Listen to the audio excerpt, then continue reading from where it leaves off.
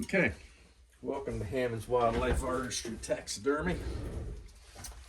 Today we are going to be fleshing and turning the face on a Nilgai bull. If you're not familiar, a Nilgai is, and I'll put up a picture if I can figure out how to do that. But a Nilgai is a animal, I believe it's native to Southwest Asia, Southeast Asia. But in the 1920s, somebody had brought some to Texas, and they got out. And since about the 1930s, there's been an established herd in Texas, and there's different ranches that you're able to go hunt them on. Apparently, the meat is like the Wagyu of game meat, just delicious. But anyway, I'm going to be doing a wall pedestal shoulder mount on this. And I'm looking forward to it. Boy, the skin on the back of these is about 3/4 of an inch thick. I mean, it is really, really thick. Maybe not quite that much, but it's thick. I already thinned the back half. The customer wants the back half that wasn't used with the tail on it to be soft tanned as a throw over a couch or something like that, or the floor or whatever. But then this will be salted, hopefully back today. It'll be salted, and once it's dried, we'll be sending it to a tannery for that. Okay, so turn the eyes, nose, lips, and ears, just like on any animal. I like to use a razor blade for the turning of the lips for sure, and part of the nostrils. And then for the rest of it, I am partial now. I've switched from a 20 blade to a 25. It gives you a nice pointed end. At times, if you get real sensitive, you can actually turn it over and use the back to just scrape like on the ear edge or whatever to get that final turn done. And then the front side has a very nice long flat blade that's not curved, it's flat, and I think it's better for me for fleshing and turning, especially if I have to get in like around the antler base or the horns on this, which that's already taken care of. But yeah, so anyway, once I get this back from the tannery, I mean, I'll take you all through the salting process on this video or series, whatever it turns out to be. But and then, you know, I'll put it in a playlist when I get ready to mount this as well, so that if you come back to look at it, you'll see. Anyway, let's get started. I've already started turning the lips. I mean, there's just a lot of thick meat here to be turned. Like I said, I like using the razor blade, especially like in here. So now when I turn and I try to, you know, get some of the fleshing on the face done as well. But you want to find the edge where the skin and the meat meet. And then there's going to be a membrane there. And when you hit it, it's just going to release. With my other hand, I'm got my finger back here. This is where we want to turn it to, right to this edge. We want this to be flat. Just as flat as this is right here when we fillet it open. And we want to go in here and we want to turn that, and I hold it flat, and especially in places like the front of the lips where I can't get in, um, it's a hard edge there. So what I like to do is, and boy, I'll tell you what, I go through a lot of razor blades. For one thing, they just don't make the steel like they used to, and they get dull fast. I buy them in quantities of 400 at a time, and it is just an expense of the business. And go through them and don't fight it. Once they start to get dull, toss them out, get another one. But I can take it in here, keeping my thumb here, and I can just kind of wiggle it back and forth to get right into that very edge on those spots where it might be a little tricky to just get it turned. Now I can turn it over, and I'm pressing with my finger in the back, and I can see this line here. And I'm just gonna lay it open, and because I'm pulling with my thumb and pressing with my index finger, I'm able to cause that to just kind of pop out and fold over as you go. And then you can see the edge. You can see the edge here coming. I'm trying to do it without making a mistake because of the angle I'm holding it. Now these nodules, especially in here, they make the feel a little weird. You're not going to try to turn inside these nodules. You want to go up to the edge of the lip line. And again, you'll feel where we're done. I'm right there now. Right there. Right there is where I am. And that is flat. Now we'll come back and we'll flesh all this skin off after. Right now, just trying to get it turned. I want to get it turned as fast as possible, fleshed off the majority of this. Now I've done, and my apprentice did some of the big fleshing on this, on the fleshing beam, but I will touch it up probably with my Dakota 5 wheel here, fleshing machine. And then,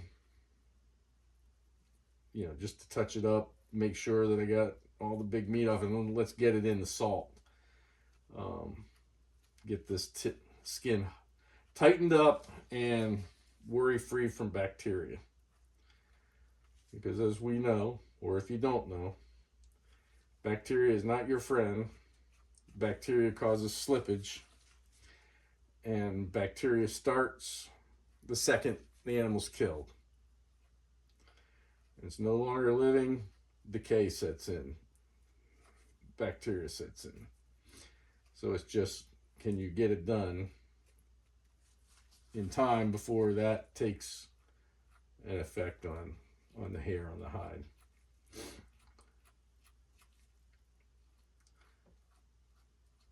I've actually never lost a cape on an animal, a customer's, that I didn't warn them was already questionable when they brought it in. I've got a deer on the stand over there now that I'll do the finishing work on later today. Felt bad for the guy. He and his wife, they brought the deer to me. They've been talking to me about bringing it to me. They were one of my last customers of the year, because I shut down taking on deer towards the end of the season. I was just full up. But I can actually take my hat off now. It's warm enough. But anyway, as they were walking up, I've got a ramp to my front door. As they were walking up the ramp, and I had the door open, it was warm. Well, I could smell it coming in. I was like, that's not good. And sure enough, when they brought it in, I said, no, this is past. And I reached down and I touched between the eyes, and on the nose of the deer, and all the hair just came right off in my hand. It was, slippage was 100%. No good. I asked him what happened. And they said, well, we just picked it up from the processor. Apparently the processor caped it 3 weeks before, didn't put it in the freezer, just left it in the cooler for 3 weeks. Yeah, it's not going to work. So, unfortunately, I didn't have a spare cape. I'd used up my spare capes already for the year, you know, to other people that needed them. And so I had to buy one. East Coast Capes, by the way, hooked me up. EastCoastCapes.com. It was $225 to replace that cape, but felt bad for them, but we got it replaced. And honestly, since I already had the form and I only had 2 other capes ready in the tan to be mounted, I went ahead and mounted theirs right away. So they were one of the last to come in, but one of the first to get theirs mounted this year. And so they should be picking it up this Saturday, I'm hoping. I'll do the finish work today. After I do the finish work, I look at it in different lighting. I live with it for a couple of days when I have the luxury to do that, just to make sure, I see things differently every time. It'd be nice if my apprentice can come by, give me a second set of eyes on it, just if I missed anything. I'm not getting any younger. My eyes aren't getting any better, that's for sure. But it'll be fine. It's just quality control. Everything, I'm a perfectionist, so everything that goes out, I want perfect. So, I'm a little slow here today talking. Get to it. I'll either speed this up or cut ahead when I show it. Okay, so like here, this part I'm flesh flat, right? But we don't need all this. I'm not doing some kind of open mouth or anything where I need a whole bunch of this. I mean, but look at that. Look at that texture. Man. So anyway, I'm going to leave myself for now probably about a half, 3/4 of an inch here, just to make it easier for fleshing for me. Something to grip onto. So what I want to do is I just want to take the extra meat off of that inside lip. Now here, I need to go further in. Actually, let me work myself. See, time for a new one already. Work myself around. This blade. Ah, yeah. Look how that, like butter. Don't fight it. When it starts to get dull, just get a new one.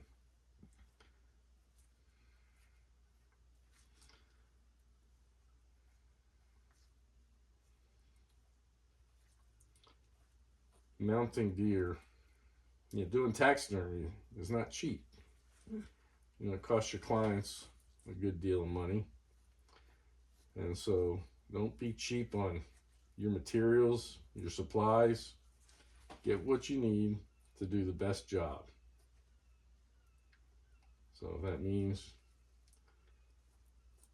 you go through 15 razor blades to turn a deer or an animal this big.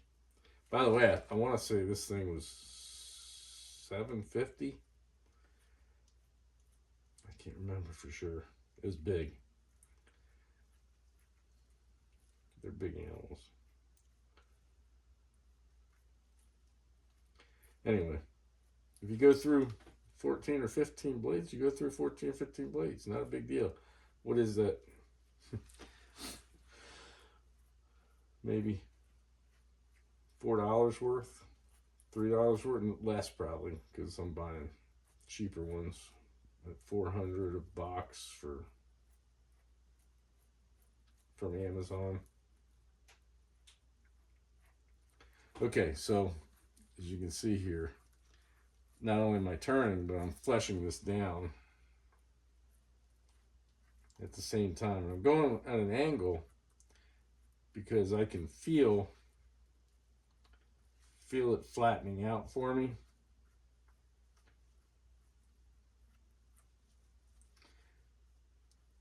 And I will tell you, once I get to the lips and stuff, I am so much better at fleshing by hand than trying to do that on my machine. The lips are just, at least prior to being pickled and tanned, which, I'm not going to do the tanning on this one here. So, okay, that's the nose. Let's go ahead and get that excess off.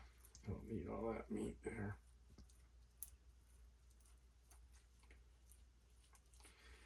Some of these places now, like on the muzzle, you want to be careful. You'll come to the hair follicles on the whiskers. There, come off the chin whiskers along the side of the face, right in here. There's some whiskers right here, and you can see the nodules. You don't want to cut down deep into that because they'll just fall out. When you get around those nodules, just start cutting around them. Yeah. Well, that's plenty of lip there. Okay. All right, so the front's done. Let's go down and do the lower lip. The upper lip is done.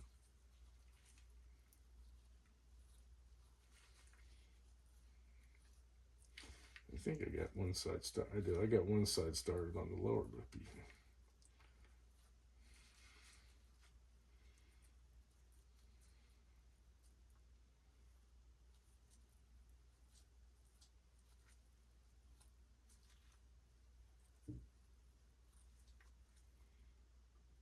Got some nice fat nodules in there.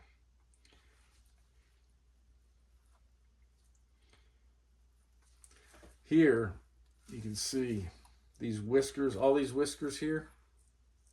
I hope you can see those show up. You can see these nodules right here. Those are the whisker butts. And so, you want to be careful about not slicing them off, or every one of those whiskers will be gone. And you don't want that. I mean, on a commercial mount, a customer, I say that. I hate saying that on a commercial mount or whatever. A lot of customers don't know, but I know. And I notice. And I want it right. So that's what they do. That's what they get. You're going to lose some. Like, this is going to go to the tanner. They're going to shave it. We're going to lose some there. It's the only problem with going with a tannery.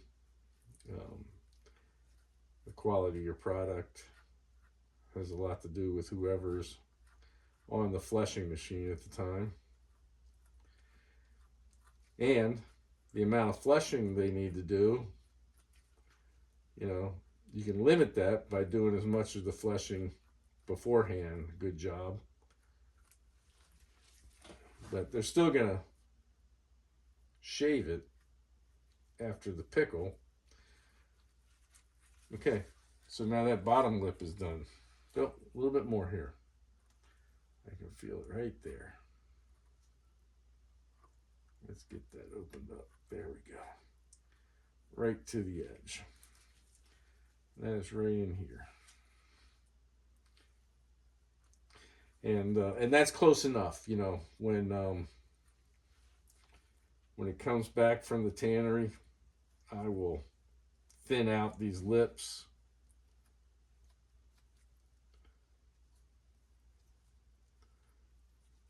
Shave it down. The thinner you get them,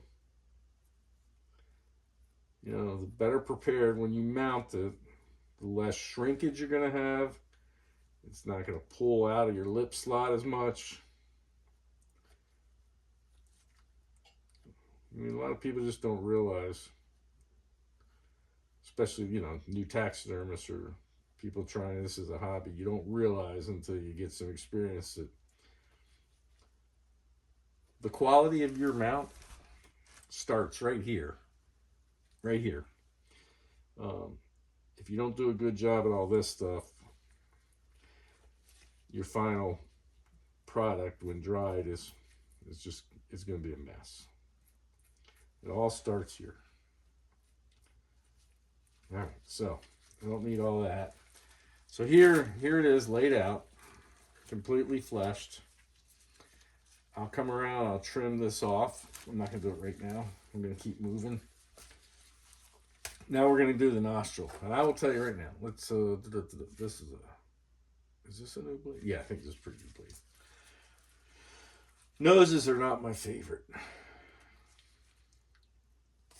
I think in taxidermy, we all have things we're better at than others.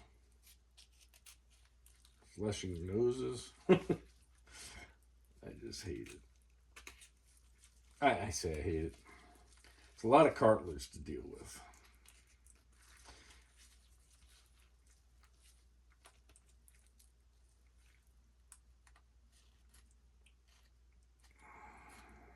Honestly, this is more like,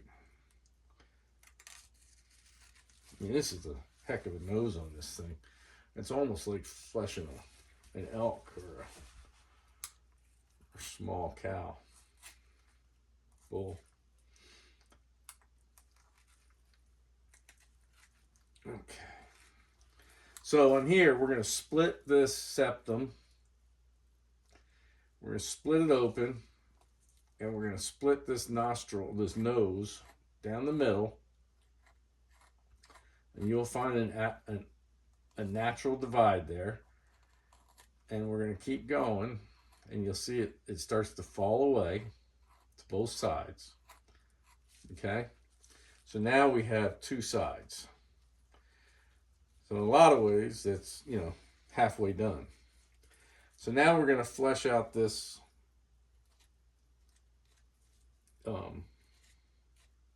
cartilage. Once you learn to flesh, you know, a deer, nose, whatever, any nose really, you kind of can figure them all out. Nostrils, generally speaking, are nostrils, although, like on a cat, a little bit different. Animals are smaller. On really small animals, you almost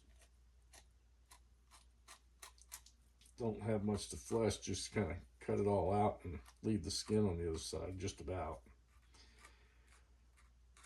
Here we want some nice tucking skin, because we'll see that hair going in, that hair line, and the skin going in.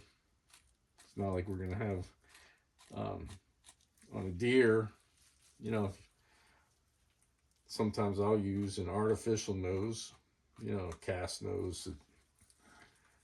Champion's Choice makes great ones.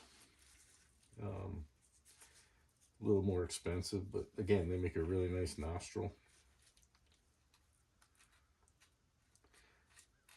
And sometimes you just got to come back and look and say, hey, where am I on this? So, like, I can see my nostril skin here. That's interesting. I don't think that's a cut for me. I think that's just the way that goes. Let's see the other side. Yeah, there's just nothing there. Okay. So, if you look here on the nostril, we want to save all this dark skin. All this dark skin for sure inside that nostril, we want to save for tucking. And if you look in that nostril once, you wouldn't be able to see into the pink. You see all the dark. So let's just save that, and then we'll get around the rest. So let's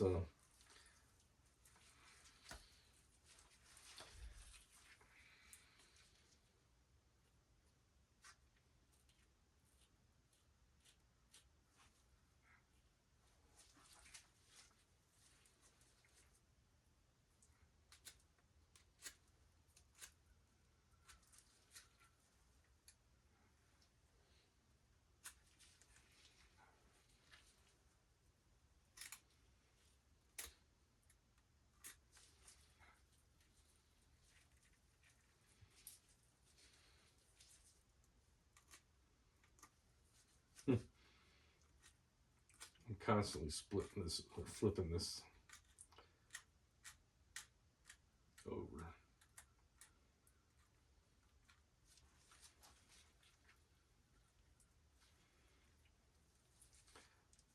Just if you lose your way, turn it over, see where you are on it.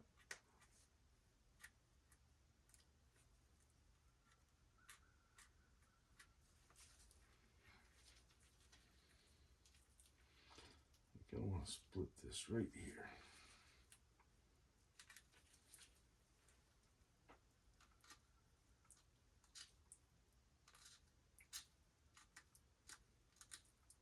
Right there.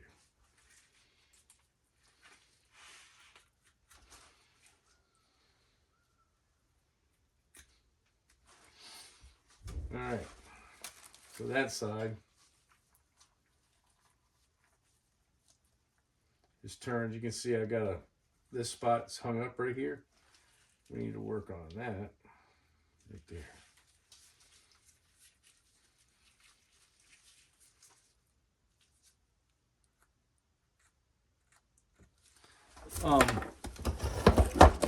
When it gets slippery like this, I take a little bit of my dry preservative just for grip.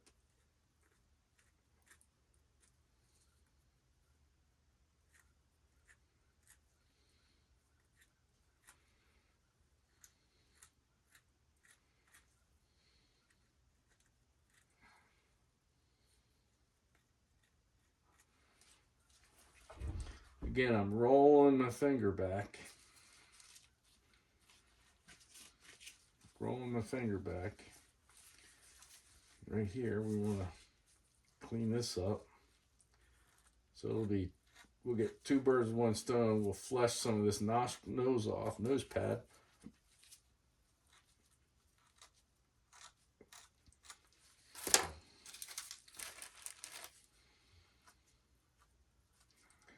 Switch back to a razor blade for this.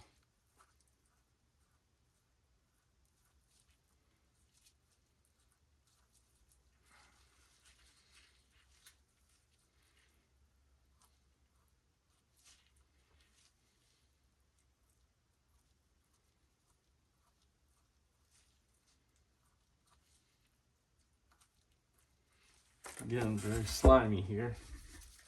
A little grip.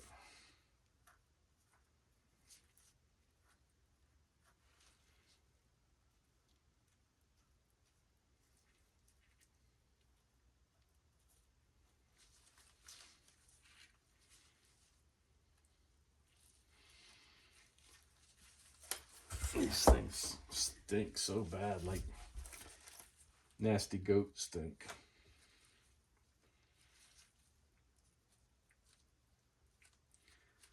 I wonder if these are in the greater goat family, like, or in more of the antelope family. I would think more of like an antelope family, but which I guess is a goat family too. But boy, they stink. Stink, stink, stink. I'm clearly not a biologist. I don't know.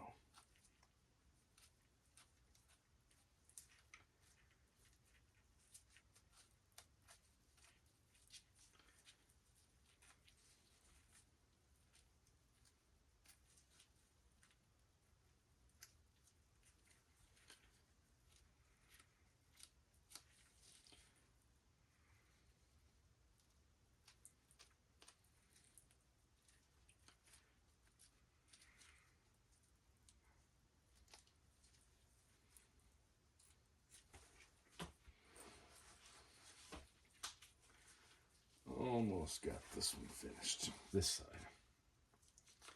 Almost.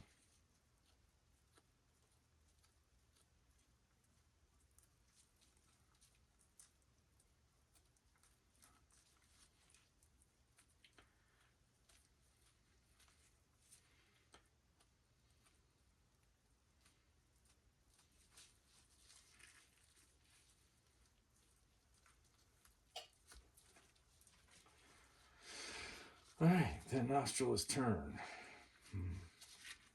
something right here still. New blade.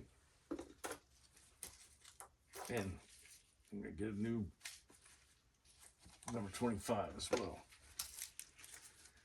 Scalpel blades, the same thing. They don't last like they used to. I even, I get Havels as well. These aren't Havels, but a lot of times I use Havels. Havel blades, they're supposed to be the best, or a lot of people think that, but honestly, they haven't been lasting any better, really, than the others. Must have something caught in the way. There we go. All right, let's see if we can.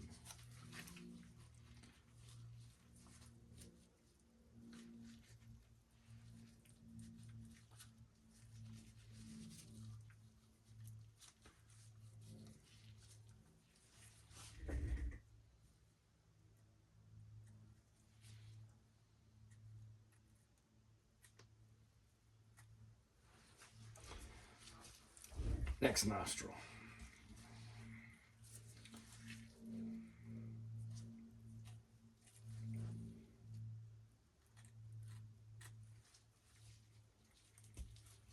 A lot of times you can stick your finger right in the nostril and use that as your pivot point. I mean, that's generally what I do.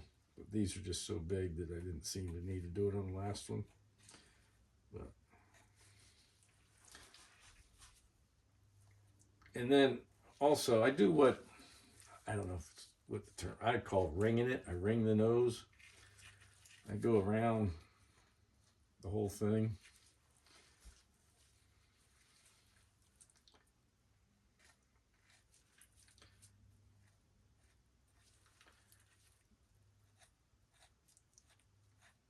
And then I just start fleshing back up to it. And when I'm doing that, not only am I fleshing the face where it needs to be done, the nostrils. Go back. Again, I like a razor blade for these longer, for the fleshing part, because I can get it sideways and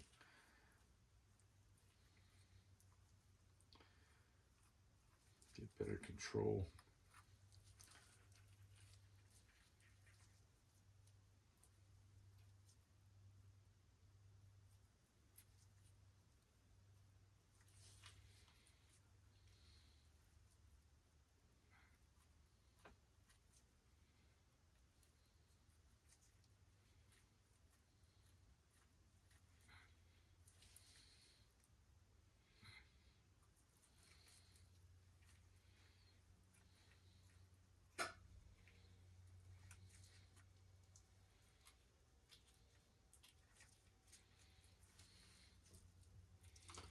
See where I am.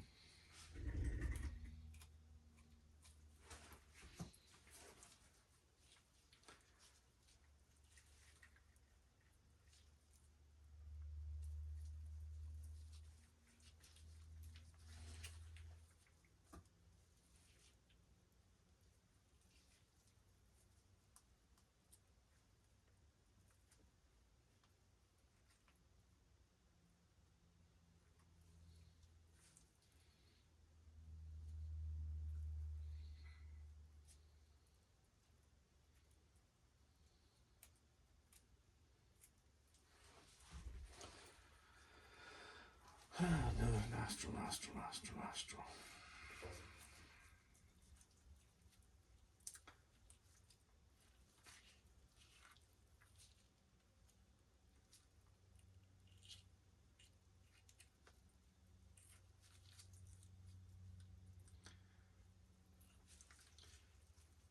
Yeah, like that.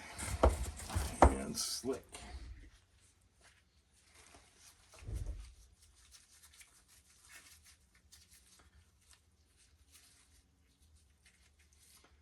All right. I don't know whether any of these videos are going to be worth anything for anybody, but I'm doing it for the heck of it. If it helps you learn something, great.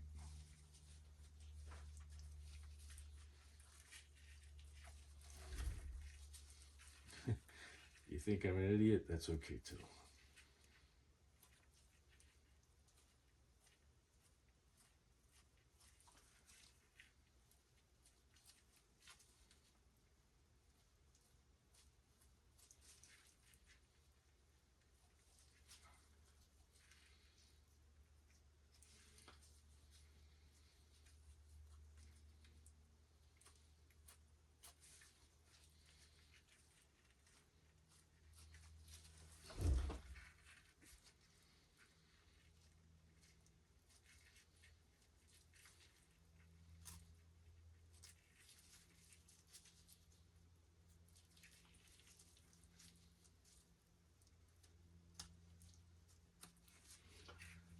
Okay.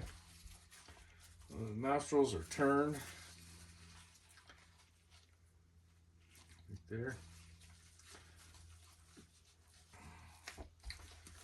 Now we're going to turn the eyes.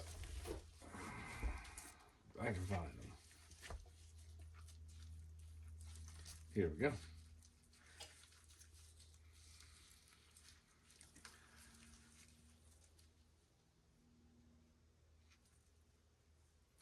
So for turning the eyes, I have my finger right over the lashes. You can feel the edge, the eyelid, and I push my finger up and I'm cutting slightly over top while I'm pulling back with my thumb, and the skin rolls back. And again, I try to wring it somewhat. Let's look and see what this has for a tear duct. Not very familiar with the Nilgai. Okay, this has a pretty good tear duct here. I'm assuming it's the same lacrimal gland as in like a deer, but you can see that tear duct. Preorbital gland, lacrimal gland on a deer. So you feel that you want to make sure that you're just opening the skin up around that, and you're not cutting a hole. It's almost like a cartilage over it.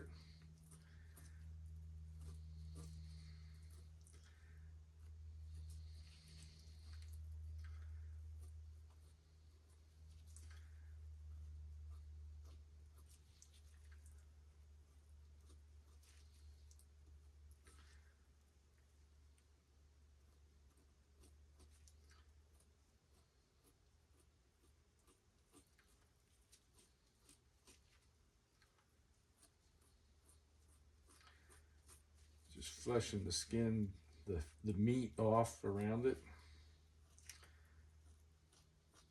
to expose it, so we know right where it is. Right in here. This is it right here.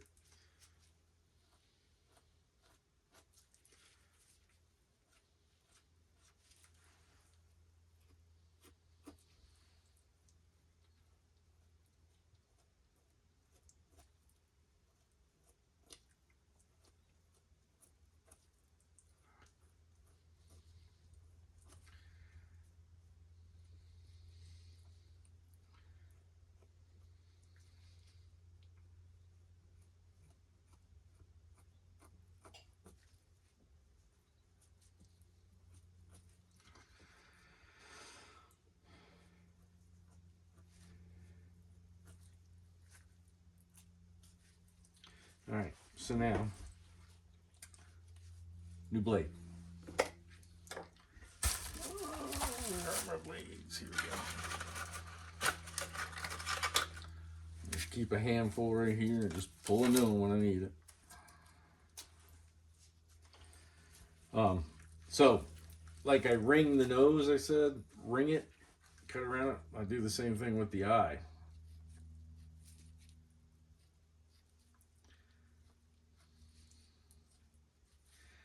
And again, you get a double benefit of you're turning the eye and you're fleshing the meat off that you got to do anyway for the tanning purposes as you go.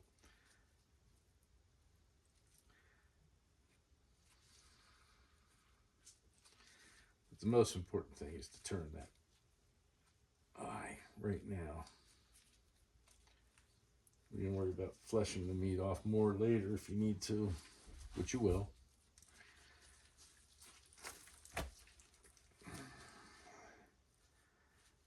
Now we're going to open up the lower ring, the lower end, lower lid, and the back of the eye.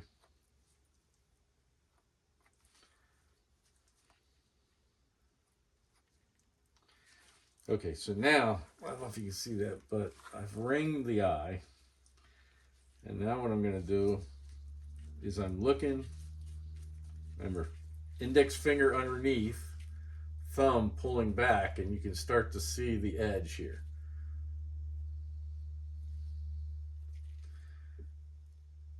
And I'm pulling back, and it's just rolling over as I'm cutting it. You got to watch the face will flip and turn. This is a very, very heavy heavy hide, so it's not as easy to flip around as with a deer.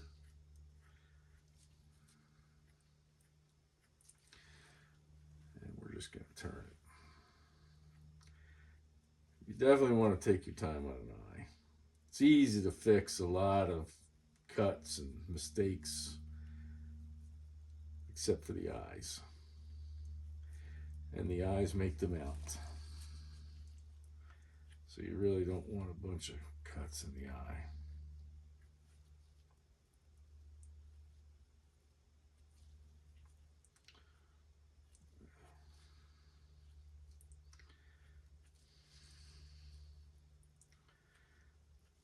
Okay.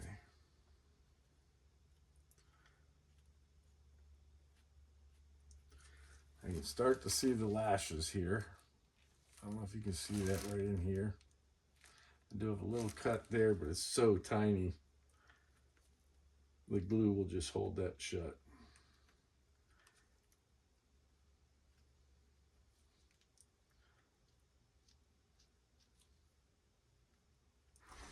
Let's see if I can get this up to you guys. Let's see if you can see the color difference. Right here, you can start to see the lashes.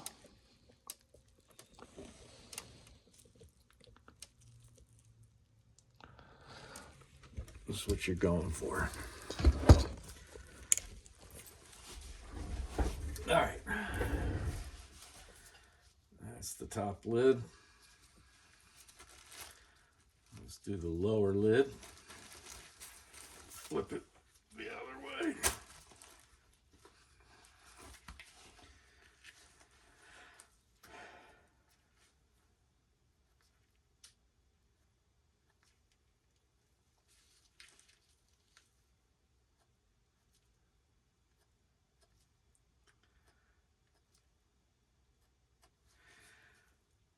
I'll probably just jump ahead. Show you parts of each.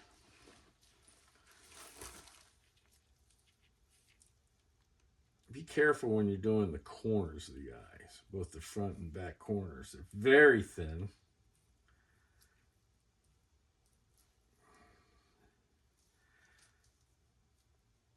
So you're really just thinning it.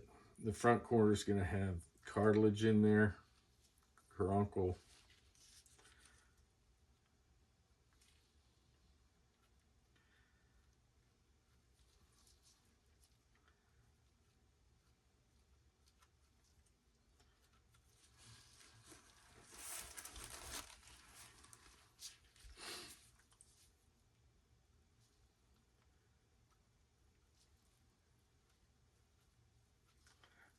Biggest thing I'm fighting here is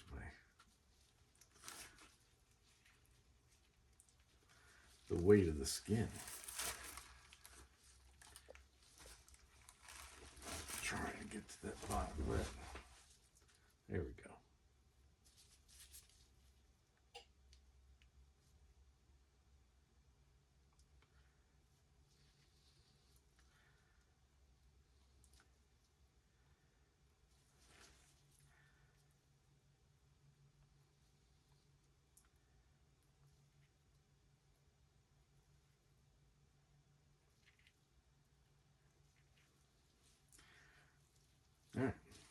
That's good enough. Do the other eye.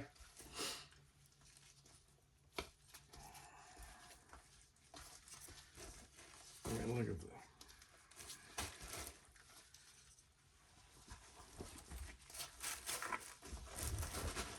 There's the other eye.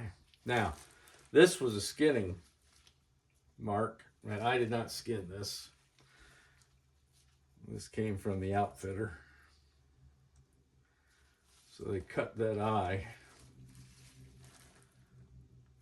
But that's okay. I've got plenty of space there to work on. I just got to be careful that we don't make it any worse. We'll be able to repair that easily.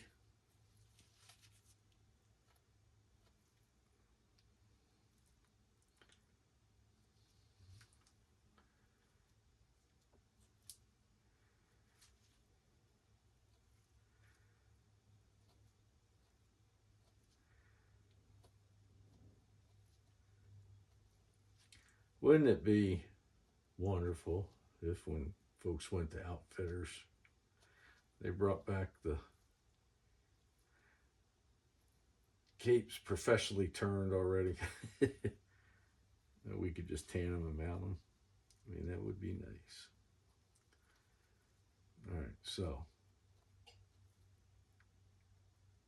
gotta be real careful here.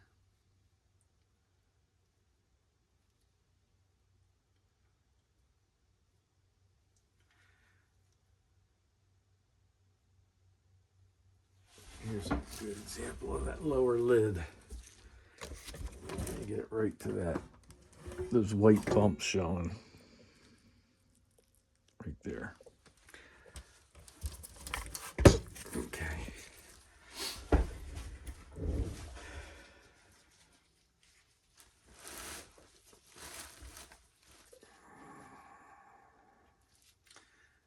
We'll get the top and the bottom lid, like I just got the bottom lid. And then I'll figure out how I want to approach that back lid. I might just leave that like it is and turn that after it comes back tanned when it's the skin's tightened up a little. I don't think that one little spot's gonna cause tanning issues, but I'll check it. I mean, I might do a little bit to it, but I don't think I'm going to try to get it real thin,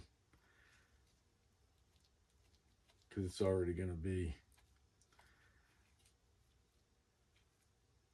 wanting to pull.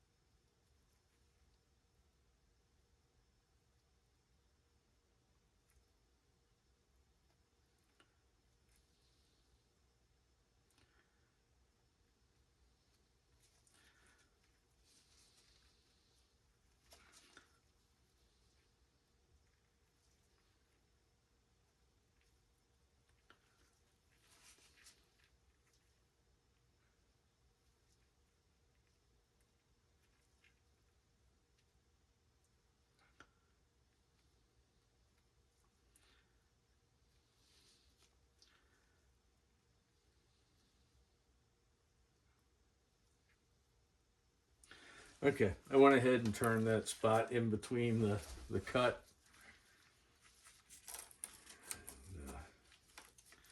Here's this side. Get some of this flesh off. All right, the ears. Where are my ears?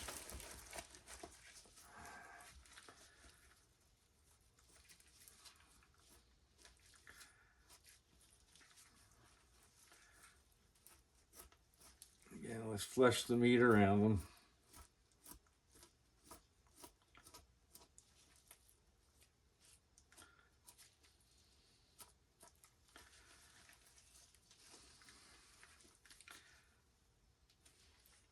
New blade. I'm telling you, they just don't last.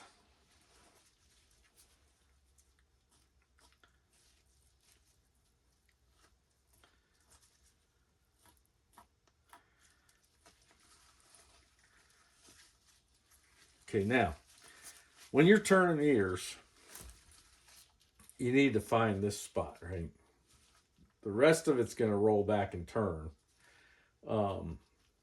But this spot, that's going to be the place where it's only going to go so far. Keep your finger as you're getting this part up so you know when you're here. And then work around.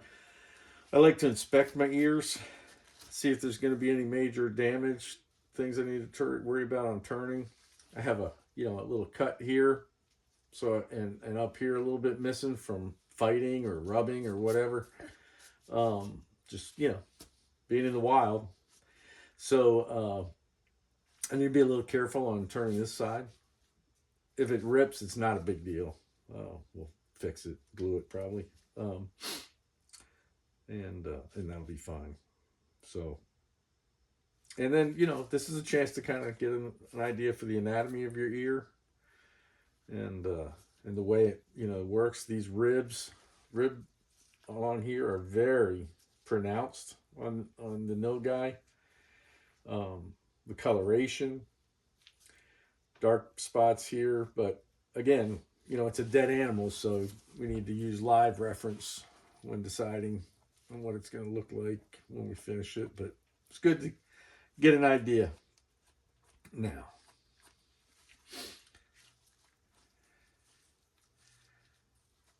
Okay.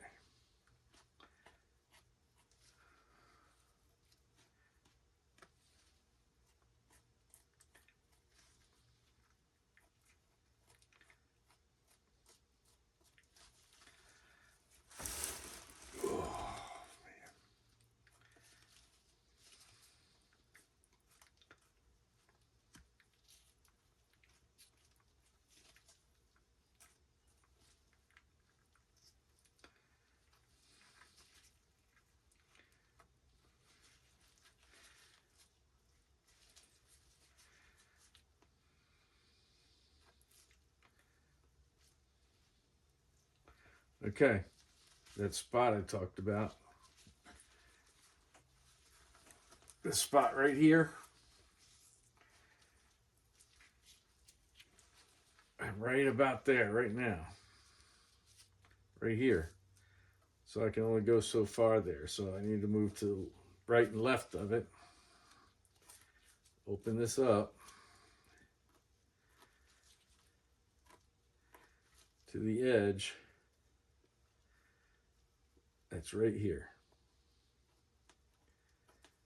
That's as far as that's going to turn right there. Now we can start going up both sides. I used to use ear openers more early and often. I find it, we'll see how the Nilgai is. I have found that I prefer just using either a scalpel, razor blade, and my fingers to pry it apart with the assistance of dry preservative to get the grip I need. And you gotta keep looking for where that front is so you don't lose your space.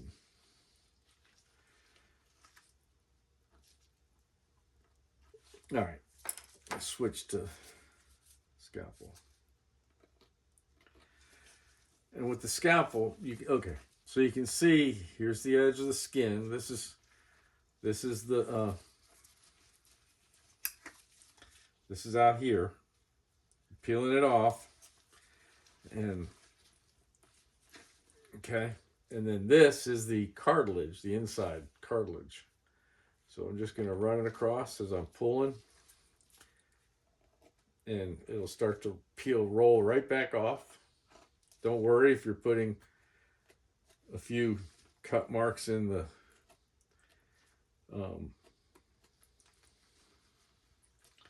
see now, almost got too far, very close. If you're putting some cut marks on the inside of that cartilage, you're never going to see them. Try not to, you know, I'm 99.9999% sure I'm going to use Bondo ears on these, so don't destroy your cartilage.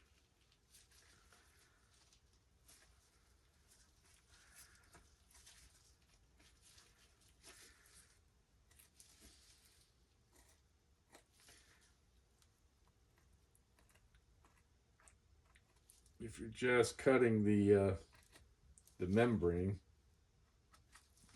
and the tendons,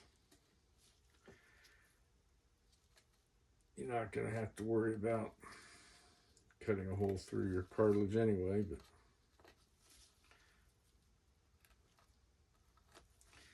I usually use ear liners on my deer. I prefer to,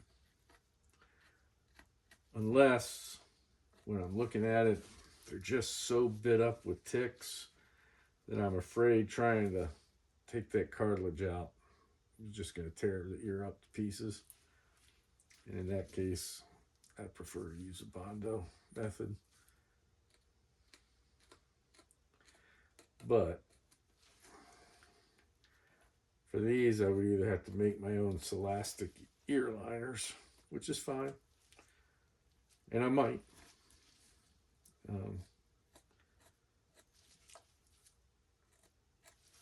Or use Bondo, which is probably what I'll do.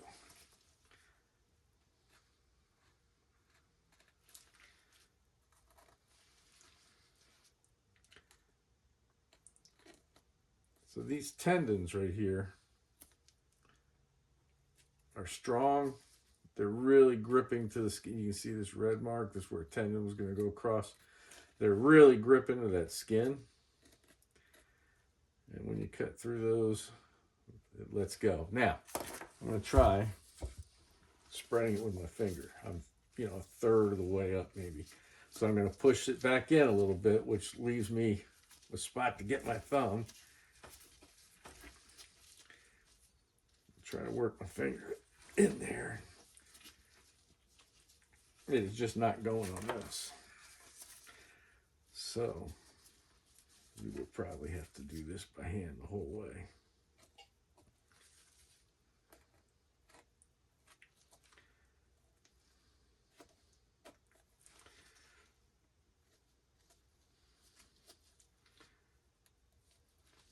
I mean, by scalpel the whole way.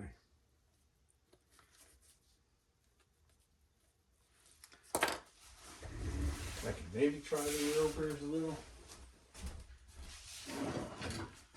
We'll see, but I really don't want to bust open.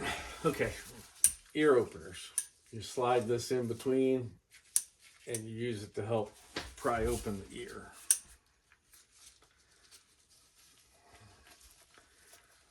So in that case, you want to turn them back inside out. And get it up in there.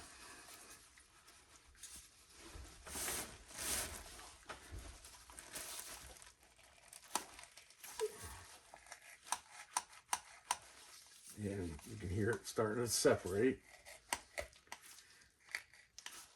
Take it nice and slow. Can you hear that?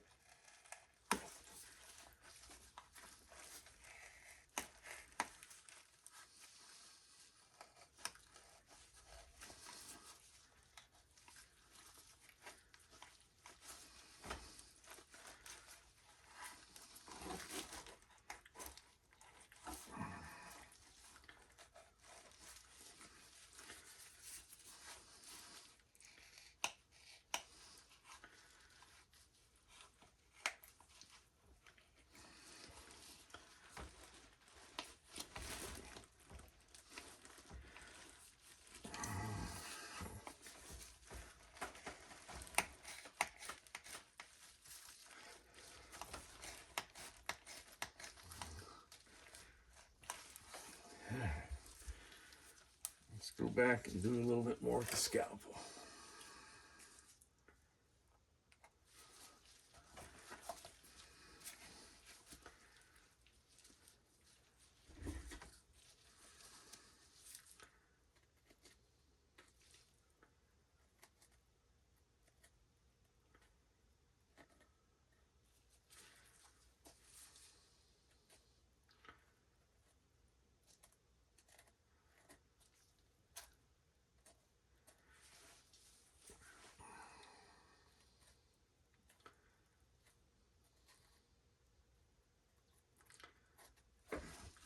Really just finding that white line where the membrane is, and I'm just barely dragging the scalpel across it. And here we can see it's where it's holed up there. It's got a weird